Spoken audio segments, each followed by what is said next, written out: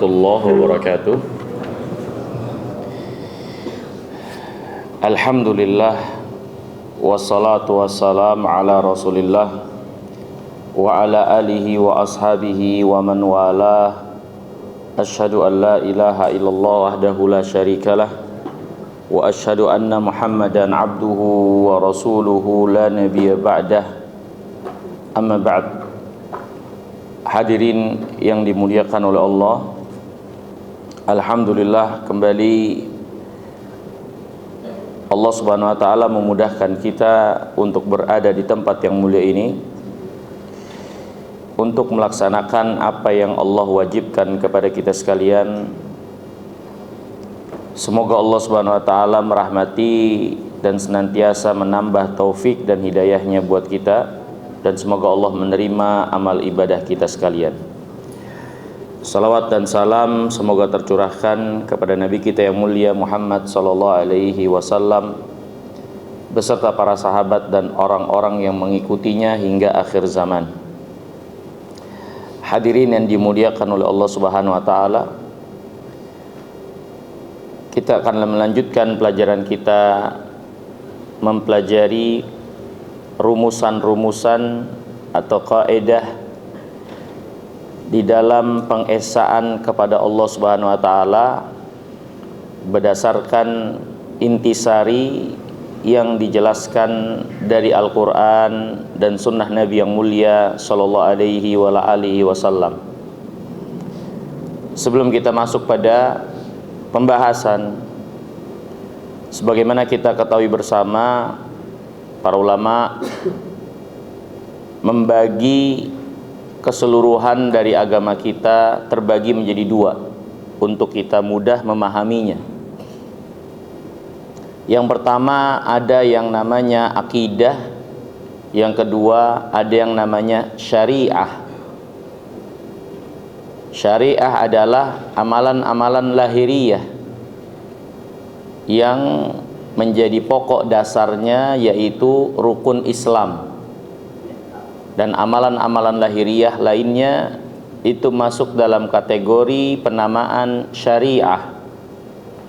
Yang kedua, bagian agama kita juga dinamakan dengan akidah.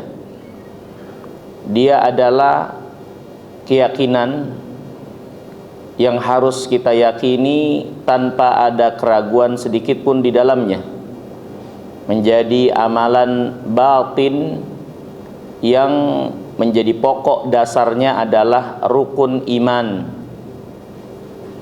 Dan hadirin yang dimuliakan oleh Allah, sebagaimana perkara syariah harus kita lakukan, laksanakan dengan baik dan benar, dan akan dihisab nanti di yaumul qiyamah, maka perkara akidah pun demikian.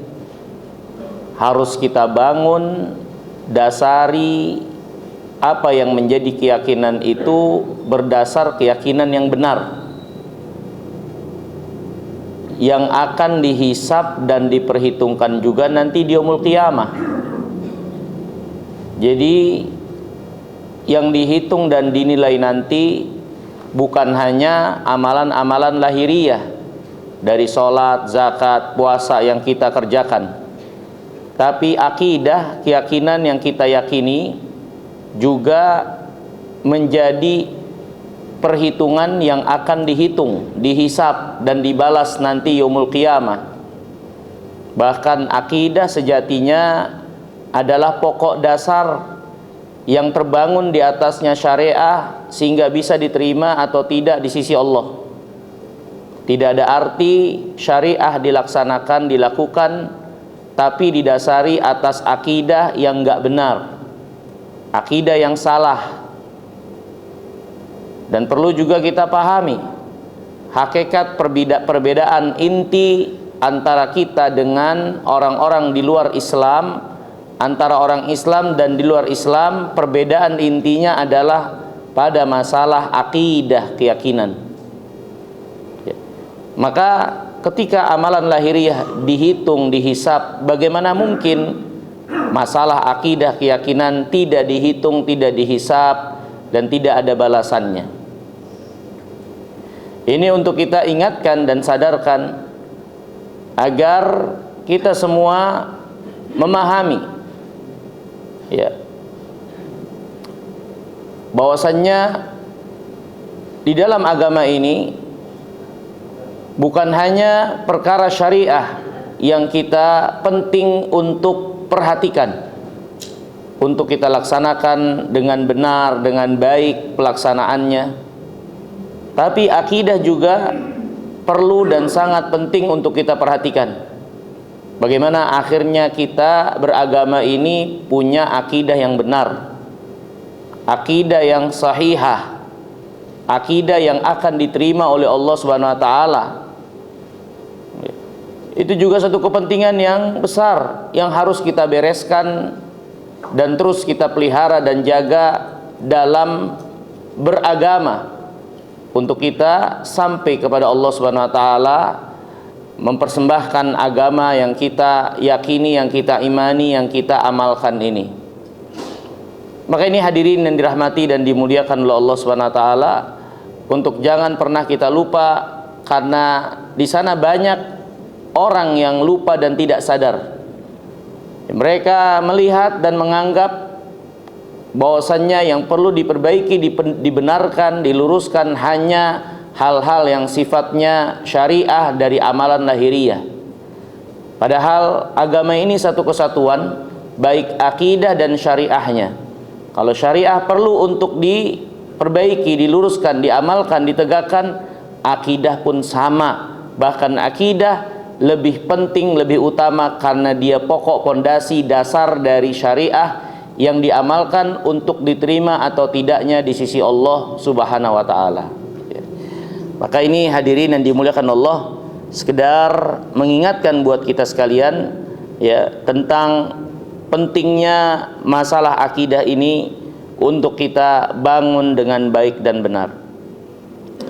Kemudian hadirin yang dimuliakan Allah, kembali kepada kitab yang kita bahas. Kita telah lewati beberapa kaidah terkait dengan masalah akidah, khususnya akidah terkait dengan pengesaan kita kepada Allah Subhanahu wa taala, yaitu aqidatu tauhid, ya. Yang pertama yang telah kita lewati, yang dijelaskan oleh penulis, yaitu hakikat daripada tauhid adalah menafikan dan menetapkan.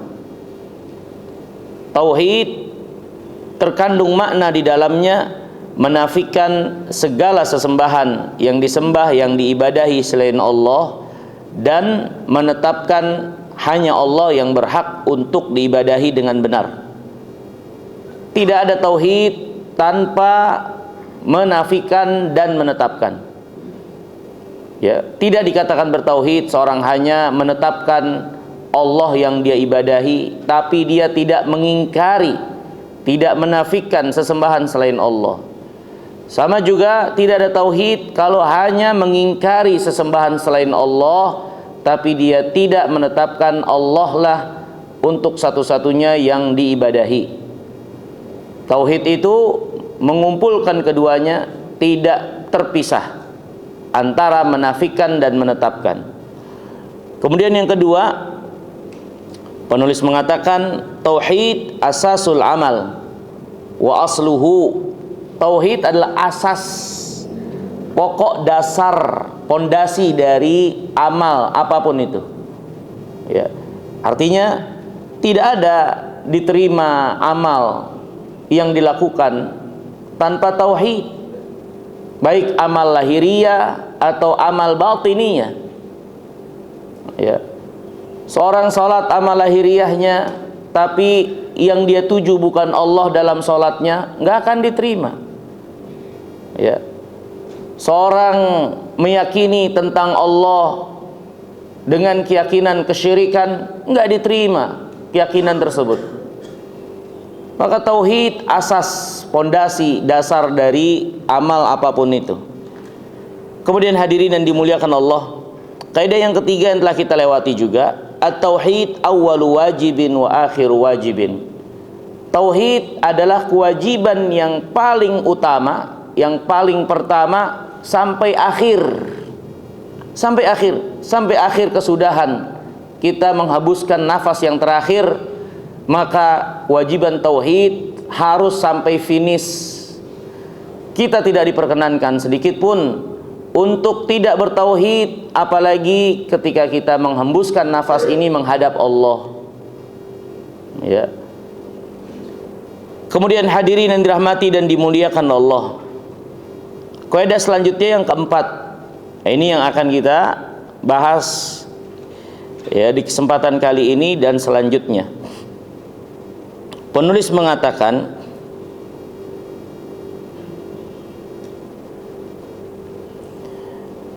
al-intisabu ila salihin la yantafi'u bihi sahibuhu illa bitauhid wal iman, wa hadha mujma'un alaihi baina ahli ilmi. Penulis mengatakan, menyandarkan diri kepada orang-orang saleh tidak bermanfaat bagi pelakunya kecuali dia bertauhid dan beriman dengan benar. Ini beramal saleh, bertakwa. Dan ini adalah kesepakatan yang disepakati oleh ahlul ilm, para ulama. Ya. Ini hadirin yang dimuliakan Allah. Kaidah yang keempat perlu kita pahami dengan baik. Ya. Bahwasannya betapapun seorang memiliki kedekatan, hubungan dengan orang-orang saleh atau orang yang dekat dengan Allah dari para nabi dan rasul, tidak akan bermanfaat sedikit pun di sisi Allah kalau orang tersebut tidak bertauhid, tidak beriman, tidak bertakwa. Dan ini adalah perkara yang disepakati oleh para ulama, jelas. Ya. Sehingga dari kaidah ini pelajaran utama tidak ada dan tidak diperlukan, bahkan tidak dibolehkan di dalam agama kita seorang berbangga dengan nasab yang dia bawa, yang dia miliki, atau mencela nasab keturunan seseorang yang dianggap rendah jalur keturunannya. Agama Islam telah menghapus dan membatalkan berbangga-bangga dan merendahkan nasab seseorang, karena itu semua adalah kekotoran-kekotoran jahiliyah.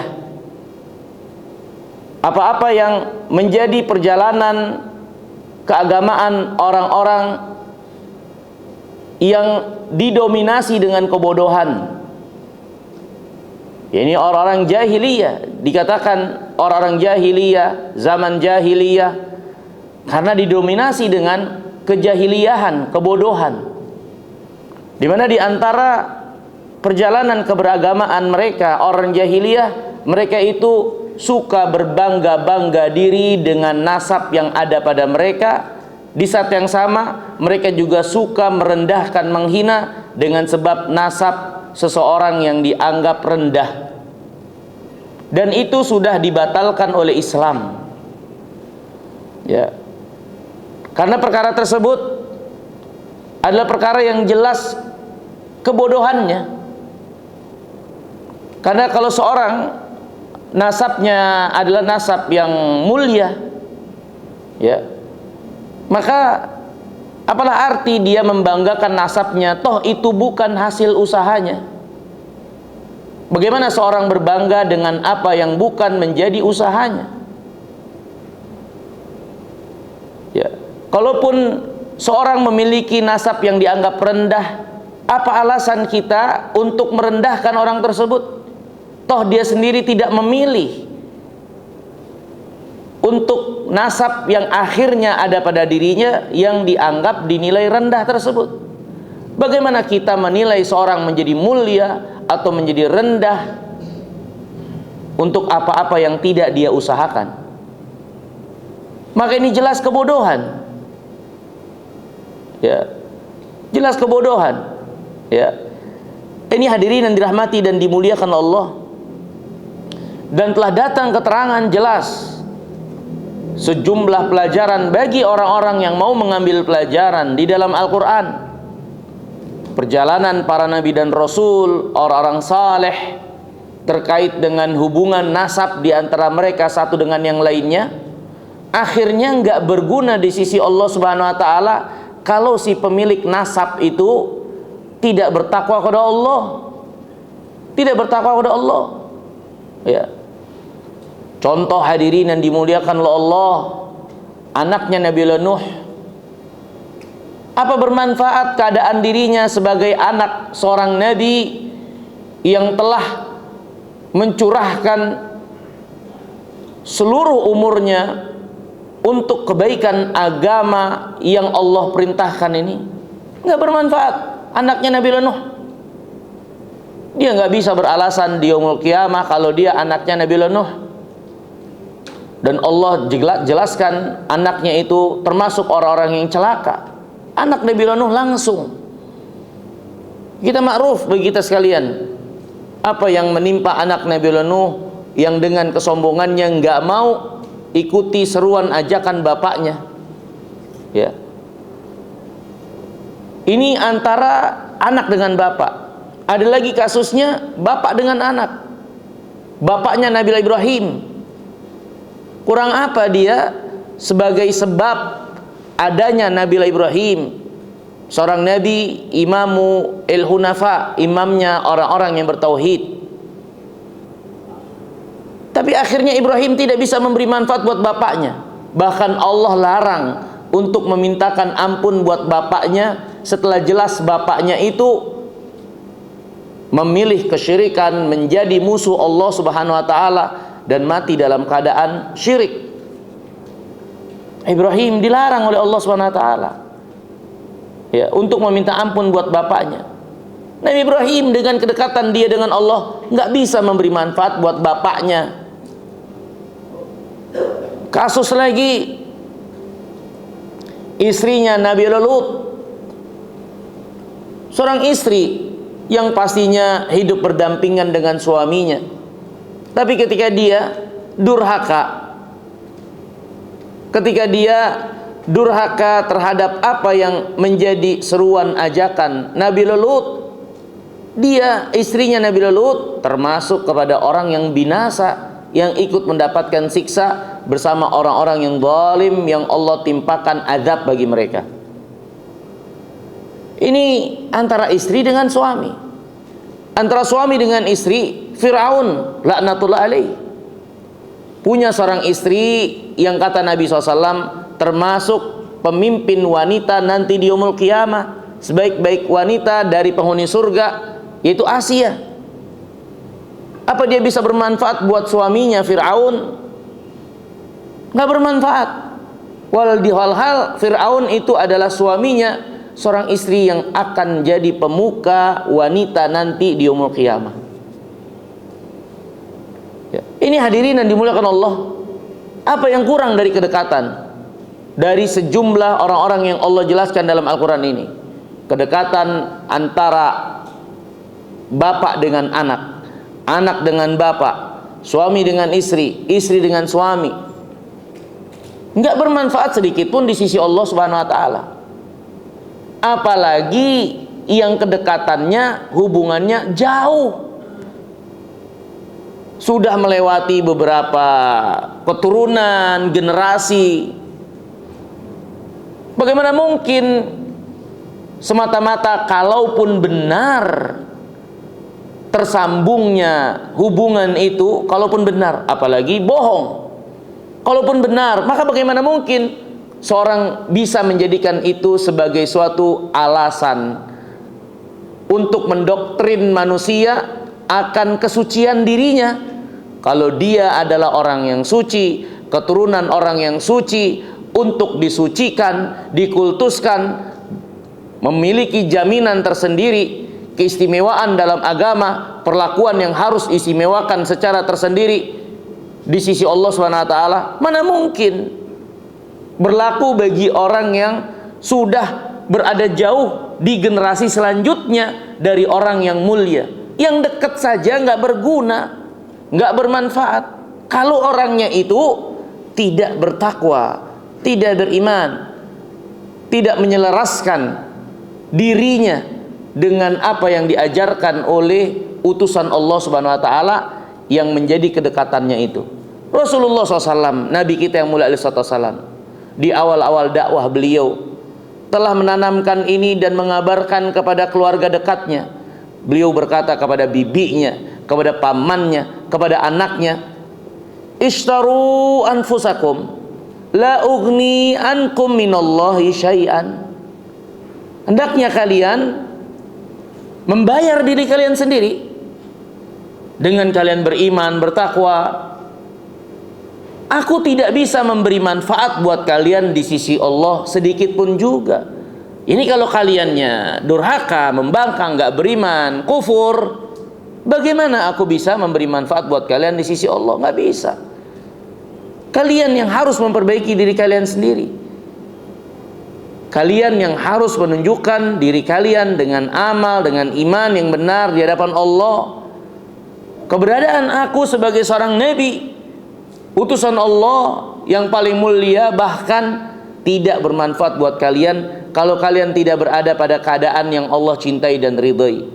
Karena keputusan mutlak milik Allah, yang diibadahi, yang disembah, yang dijunjung tinggi ya Allah Subhanahu wa taala. Akhirnya seorang rasul adalah makhluk yang mulia yang Allah angkat, Allah utus untuk menyampaikan risalahnya. Dia tidak memiliki manfaat dan mudarat sehingga bisa diandalkan untuk membela begitu saja di hadapan Allah Subhanahu wa taala, sedangkan yang dibela tidak membereskan dirinya, tidak memantaskan dirinya untuk berada pada keadaan sehingga Allah merahmatinya. Urusan semua milik Allah Subhanahu wa taala. La ugni ankum minallahi syai'a. Aku tidak bermanfaat buat kalian sedikit pun juga. Ini yang dikatakan oleh Nabi kita yang mulia SAW. Nabi SAW mengatakan kepada anaknya Fatimah, ya Fatimah binta Muhammadin, salini min mali ma syi'ti, la ugni anki minallahi syai'an. Wahai Fatimah, anaknya Muhammad, minta kepadaku urusan dunia, harta yang kau mau silahkan, tapi aku itu tidak bisa memberi manfaat buatmu di sisi Allah sedikit pun juga. Allah yang punya urusan, Allah yang berwenang dan menentukan apa yang menjadi bagian dirimu. Aku nggak bermanfaat. Urusan dunia yang Allah berikan kekuasaan untuk dia bisa membagikannya, silahkan minta. Tapi urusan di sisi Allah Subhanahu wa taala nggak bisa. Ini Nabi yang mulia SAW kepada anaknya Fatimah, keturunannya langsung.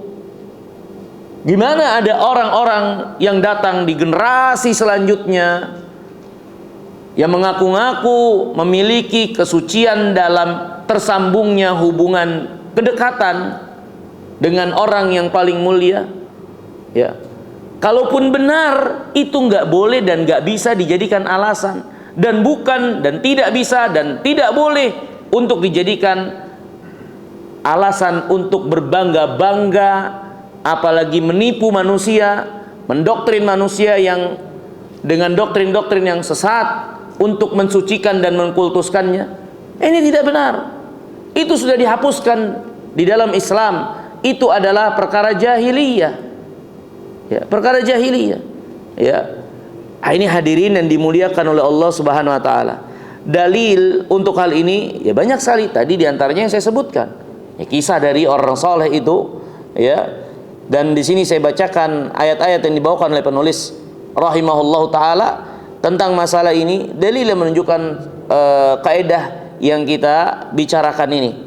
Di antaranya firman Allah Subhanahu wa taala dalam surah At-Talaq, Allah berfirman, Daraballahu mathalan lilladzina kafaru imra'ata Nuhin wa imra'ata Lut kanata tahta 'abdaini min ibadina salihaini fakhanatahuma falam yughniya anhuma minallahi syai'a wa qila dukhulan nara ma'ad dakhilin.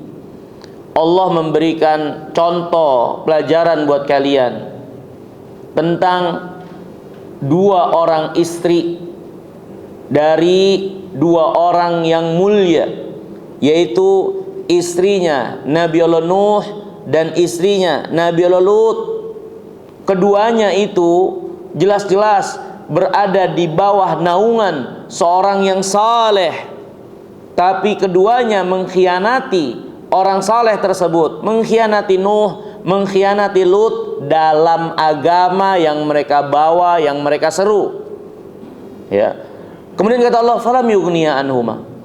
Keduanya, Nuh nggak bisa memberi manfaat buat istrinya, Lut nggak bisa memberi manfaat buat istrinya sedikit pun juga.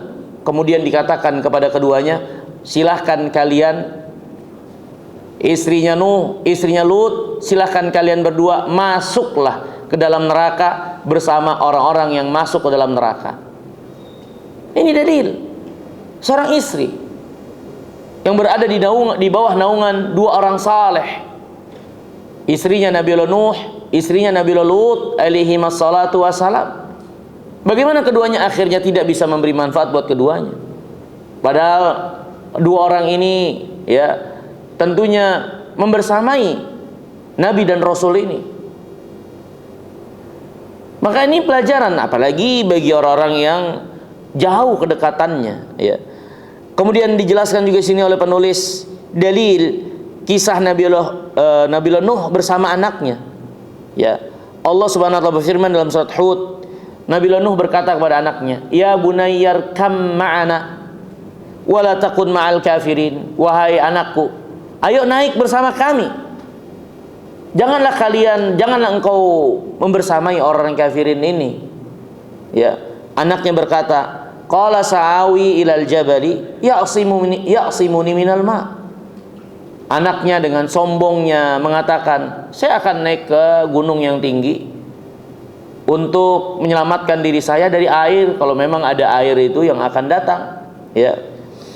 Kemudian Nabi Nuh berkata, "Qala la 'asimal yauma min amrillah." Pada hari ini enggak ada yang bisa selamat dari urusan Allah kecuali mereka yang naik ke bahtera Nuh, yang dijaminkan oleh Allah Subhanahu wa taala keselamatan. Mau berlindung, berteduh ya di tempat apapun tidak akan menyelamatkan dari urusan Allah yang akan menenggelamkan apa yang ada di permukaan bumi ini. Illa man rahima wa hala bainahumal mauju fakana minal mughraqin. Enggak ada yang bisa selamat hari ini dari urusan Allah kecuali orang yang Allah rahmati. Kemudian kata Allah, wa hala bainahumal mauj. Ya, akhirnya mereka berdua dipisahkan dengan ombak yang besar. Wa kana minal mughraqin, dan anaknya akhirnya ikut bersama-sama dengan orang-orang yang tenggelam. Lihat Nabi Nuh nggak bisa memberi manfaat buat anaknya. Anaknya ikut bersama dengan mereka yang tenggelam. Ya. Kemudian hadirin yang dirahmati dan dimuliakan Allah Subhanahu wa taala. Akhirnya Nuh berdoa kepada Allah. Wa nada Nuhur rabbah faqala rabbi inna ibni min ahli wa inna wa'dakal haqqa wa anta ahkamul hakimin.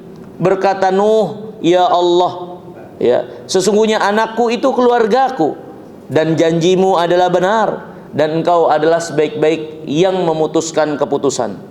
Kemudian Allah berfirman, qala ya Nuh innahu laisa min ahlik innahu amalun ghairu saleh.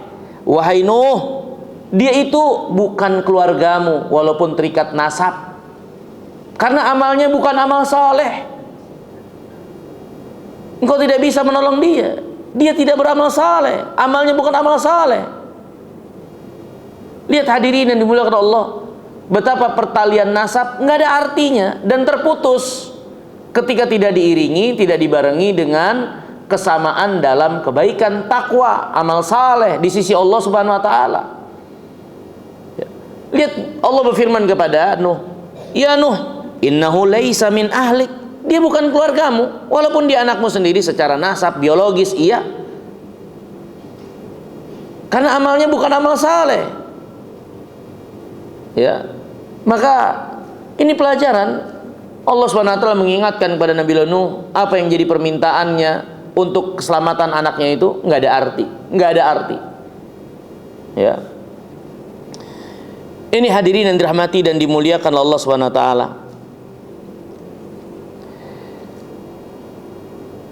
Kemudian di sini juga penulis membawakan dalil untuk hal ini seperti yang saya sebutkan tadi, yaitu Nabi kita yang mulia alaihi salatu wassalam ketika turun firman Allah, wa anzir ashiratakal aqrabin, beri peringatan, ingatkanlah kerabat-kerabat dekatmu. Maka Nabi SAW yang paling terdepan mengamalkan perintah Allah, maka beliau mengumpulkan kerabat-kerabatnya, ya. Dan beliau mengatakan setelah mereka berkumpul, ya bani Ka'ab ibn Lu'ay, inqidhu anfusakum minan nar. Ya bani Murrah ibn Ka'ab, inqidhu anfusakum minan nar. Ya bani Abdi Syams, inqidhu anfusakum minan nar. Ya bani Abdi Manaf, inqidhu anfusakum minan nar. Ya bani Hashim, inqidhu anfusakum minan nar. Ya bani Abdul Muttalib, inqidhu anfusakum minan nar. Ya Fatimah, inqidhi nafsaki minan nar. Fa inni la amliku lakum minallahi syai'an ghaira anna lakum rahiman sa'abulluha bibilaliha. Kata Nabi SAW, wahai anak-anak Ka'ab ibn Lu'ay, selamatkan diri kalian dari api neraka. Anak-anak Murrah ibn Ka'ab, ya, anak-anak Abdul Syams, anak-anak Bani Abdul Manaf, anak-anak Bani Hashim, anak-anak Bani Abdul Muttalib, termasuk Fatimah. Wahai Fatimah, selamatkan diri kalian semua dari api neraka. Aku tidak memiliki buat diri kalian sedikit pun di sisi Allah, kecuali ya memang kita punya hubungan nasab, ya, secara hubungan darah. Saya akan sambung sebagaimana mestinya dari hubungan pertalian nasab di dunia. Tapi di sisi Allah, aku tidak bermanfaat buat kalian semua sedikit pun juga. Ini dikatakan oleh Nabi SAW ketika Allah turunkan ayat untuk memperingatkan keluarganya, ya. Kemudian hadirin yang dirahmati dan dimuliakan Allah SWT,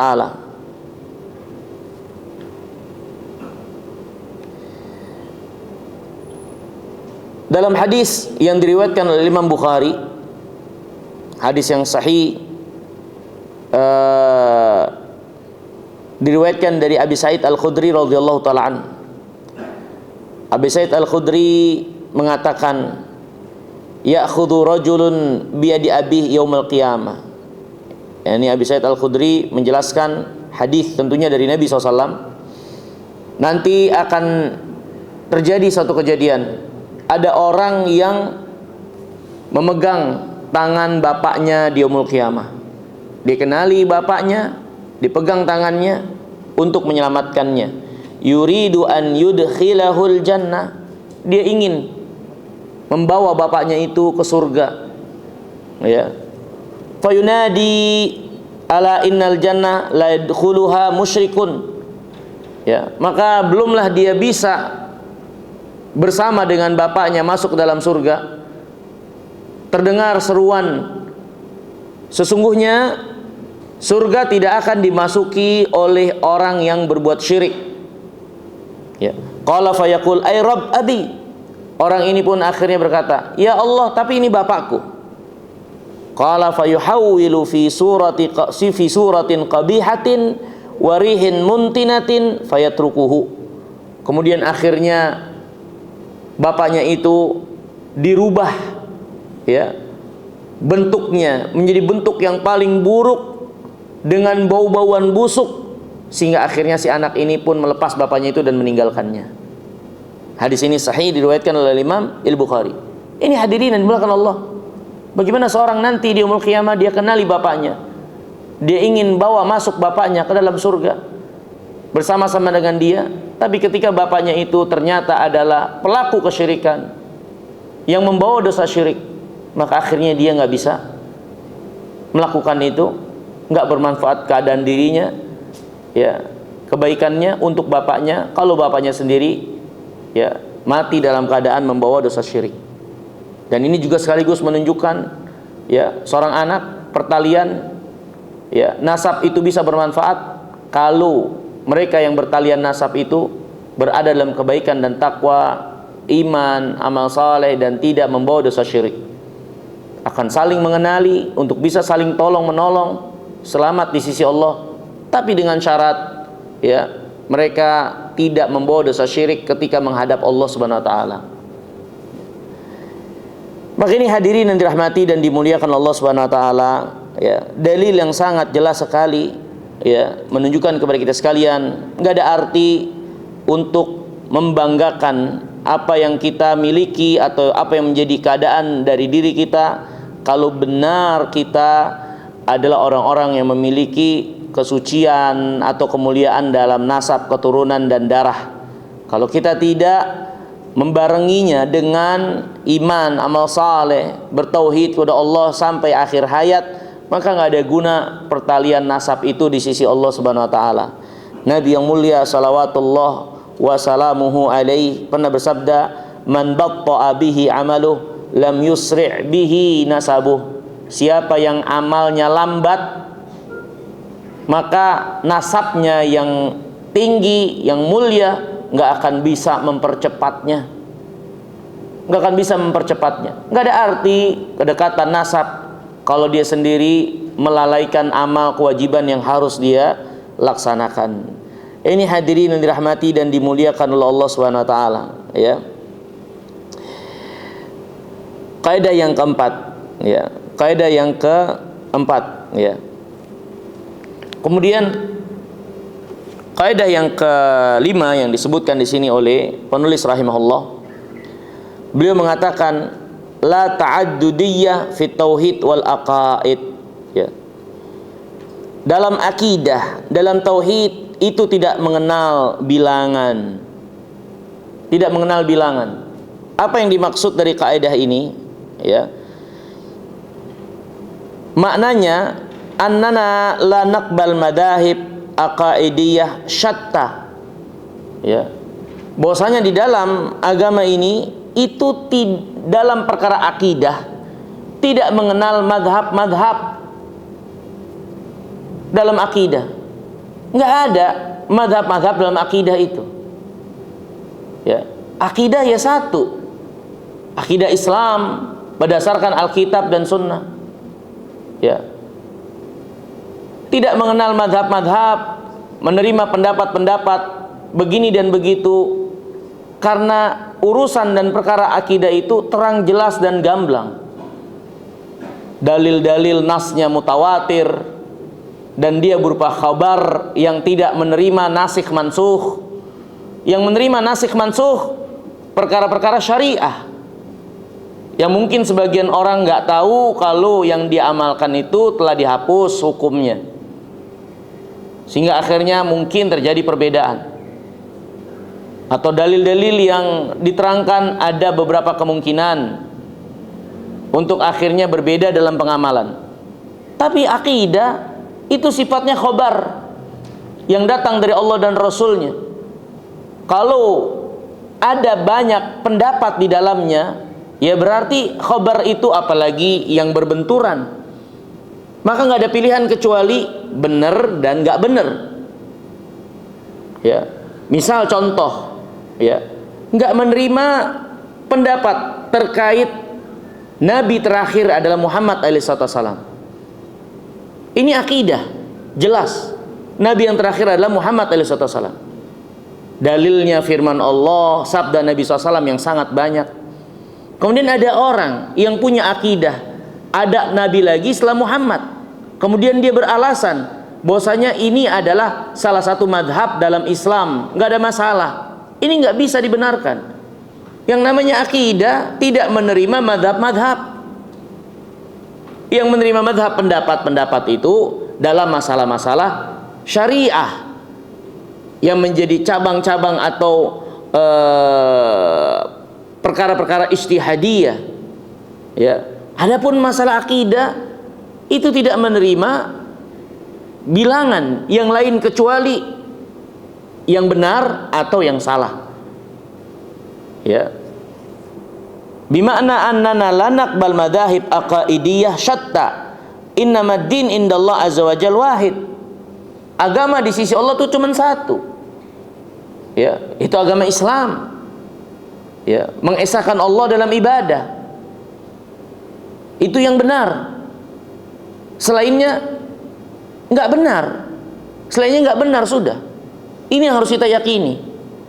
Begitu juga dalam perkara akidah. Ada pokok-pokok dasar itu tidak menerima pendapat untuk akhirnya dikatakan ya ini pendapat si fulan atau pendapat si fulan, ya mazhab si fulan, akidahnya seperti ini. Maka pilihannya itu adalah akidah Islam atau bukan akidah Islam. Akidah Islam Nabi yang terakhir Muhammad SAW contohnya. Maka kalau tidak berakidah dengan akidah ini, berarti dia berada di luar dari akidah Islam. Udah itu saja pilihannya.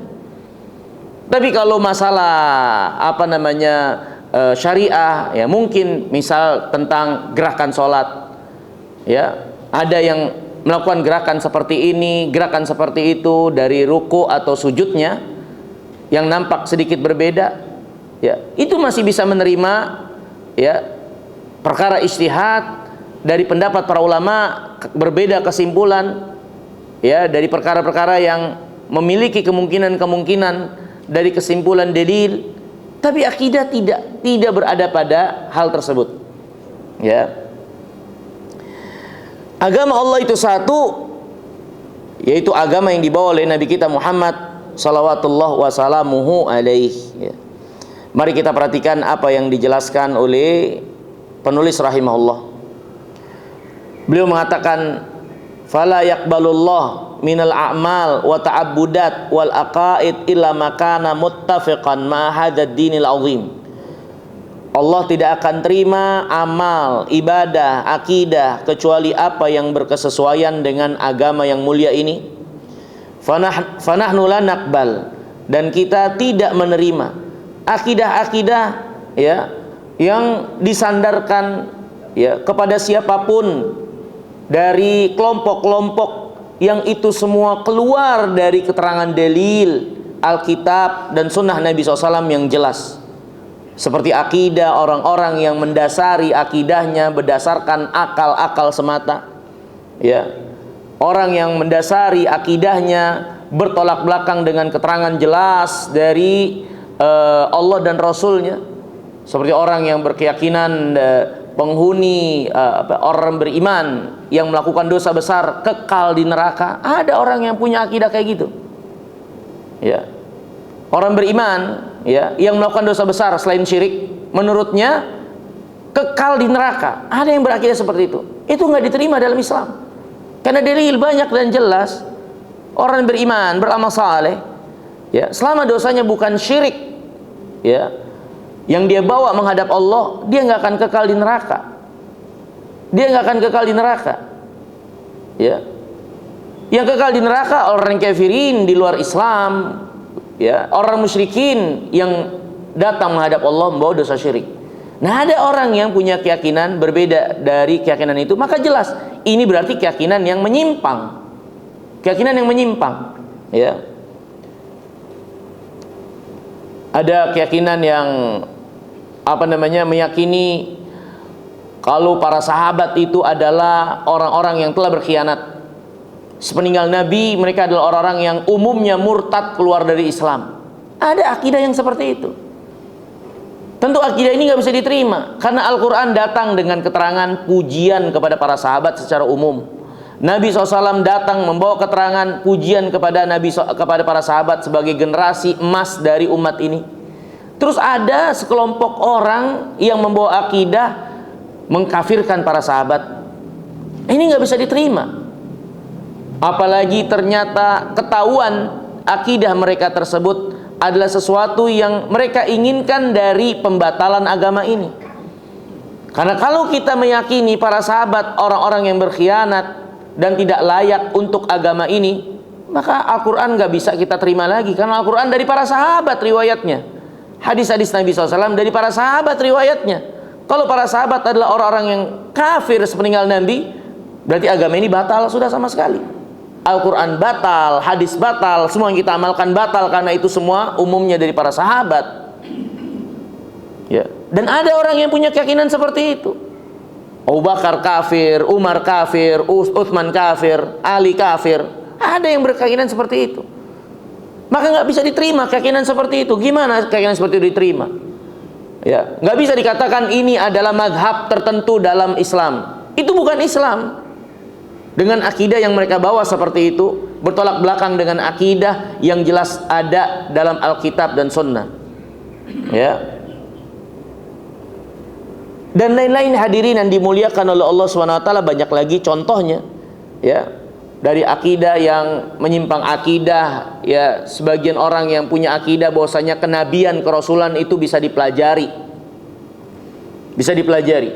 Jadi kalau ada orang ingin jadi nabi, itu ada teorinya yang harus dia lakukan begini dan begitu, nanti dia akan meningkat sampai pada satu titik jadi nabi, sehingga dia bisa komunikasi dengan malaikat, berkomunikasi dengan Allah Subhanahu wa taala, ya, dengan amalan-amalan itu. Ini jelas, ini akidah yang sesat, bukan Islam.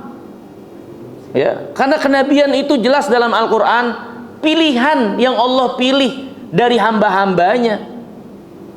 Ya, nggak bisa dan bukan untuk sesuatu dipelajari.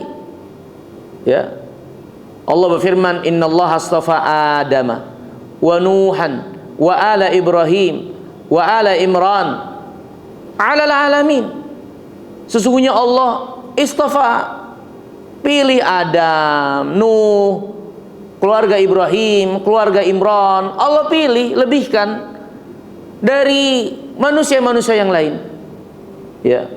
Para nabi dan rasul pilihan Allah SWT, bukan sesuatu untuk dipelajari, sehingga ada pelajarannya dan ada amalannya, ada zikir wiridnya untuk sampai pada derajat itu. Itu nggak benar. Ini akidah, ini akidah. Nah, ada orang yang berakidah seperti itu, kenabian itu bisa dipelajari. Ya, kemudian dia mengklaim bahwasanya ini salah satu sekte atau kelompok dalam Islam, menyandarkan dirinya kepada Islam. Nggak bisa. Yang seperti itu berarti bukan orang Islam. Karena akidah Islam, kenabian itu ditutup dengan diutusnya Muhammad SAW. Dia nggak bisa dipelajari. Dalil untuk hal ini jelas. Terus ada orang yang punya keyakinan yang berbeda dengan itu, ya sudah, dia berarti tidak berada pada akidah Islam. Dan dia nggak bisa mengatakan ini adalah madhab tersendiri di dalam Islam. Akidah, ya, tauhid apalagi, tidak menerima bilangan madhab-madhab seperti itu. Ya. Ini hadirin yang dirahmati dan dimuliakan Allah Subhanahu wa taala. Ya. Allah Subhanahu wa taala berfirman terkhusus terkait dengan agama kita, ya. Bahwasanya ya Islam yang benar, yang lain enggak diterima.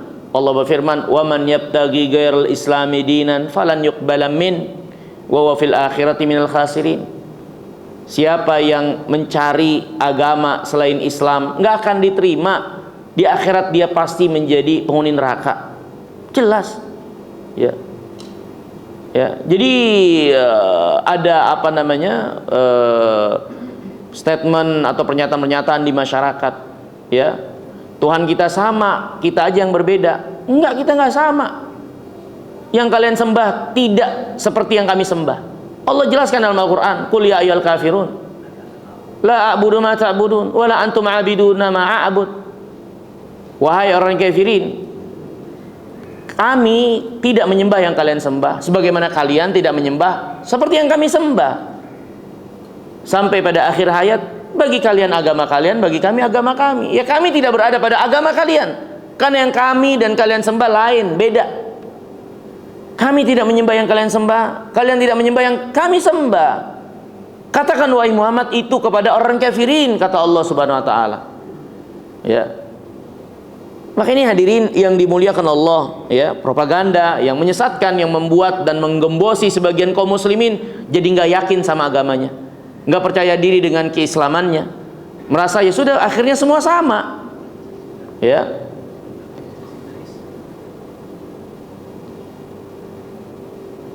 Wallahu ta'ala jalla wa a'la wa alam. Mungkin ini yang bisa kita pelajari terlebih dahulu, dua kaidah di kesempatan pagi hari yang mulia ini. Semoga ini menjadi suatu ilmu buat kita sekalian untuk kita yakini dengan baik, ya, untuk kita bawa, ya, keberagamaan kita menghadap Allah Subhanahu wa taala, dan mudah-mudahan Allah Subhanahu wa taala menerima iman dan Islam kita sekalian. Selanjutnya kalau ada yang ingin tanyakan mungkin dipersilahkan. Min soal.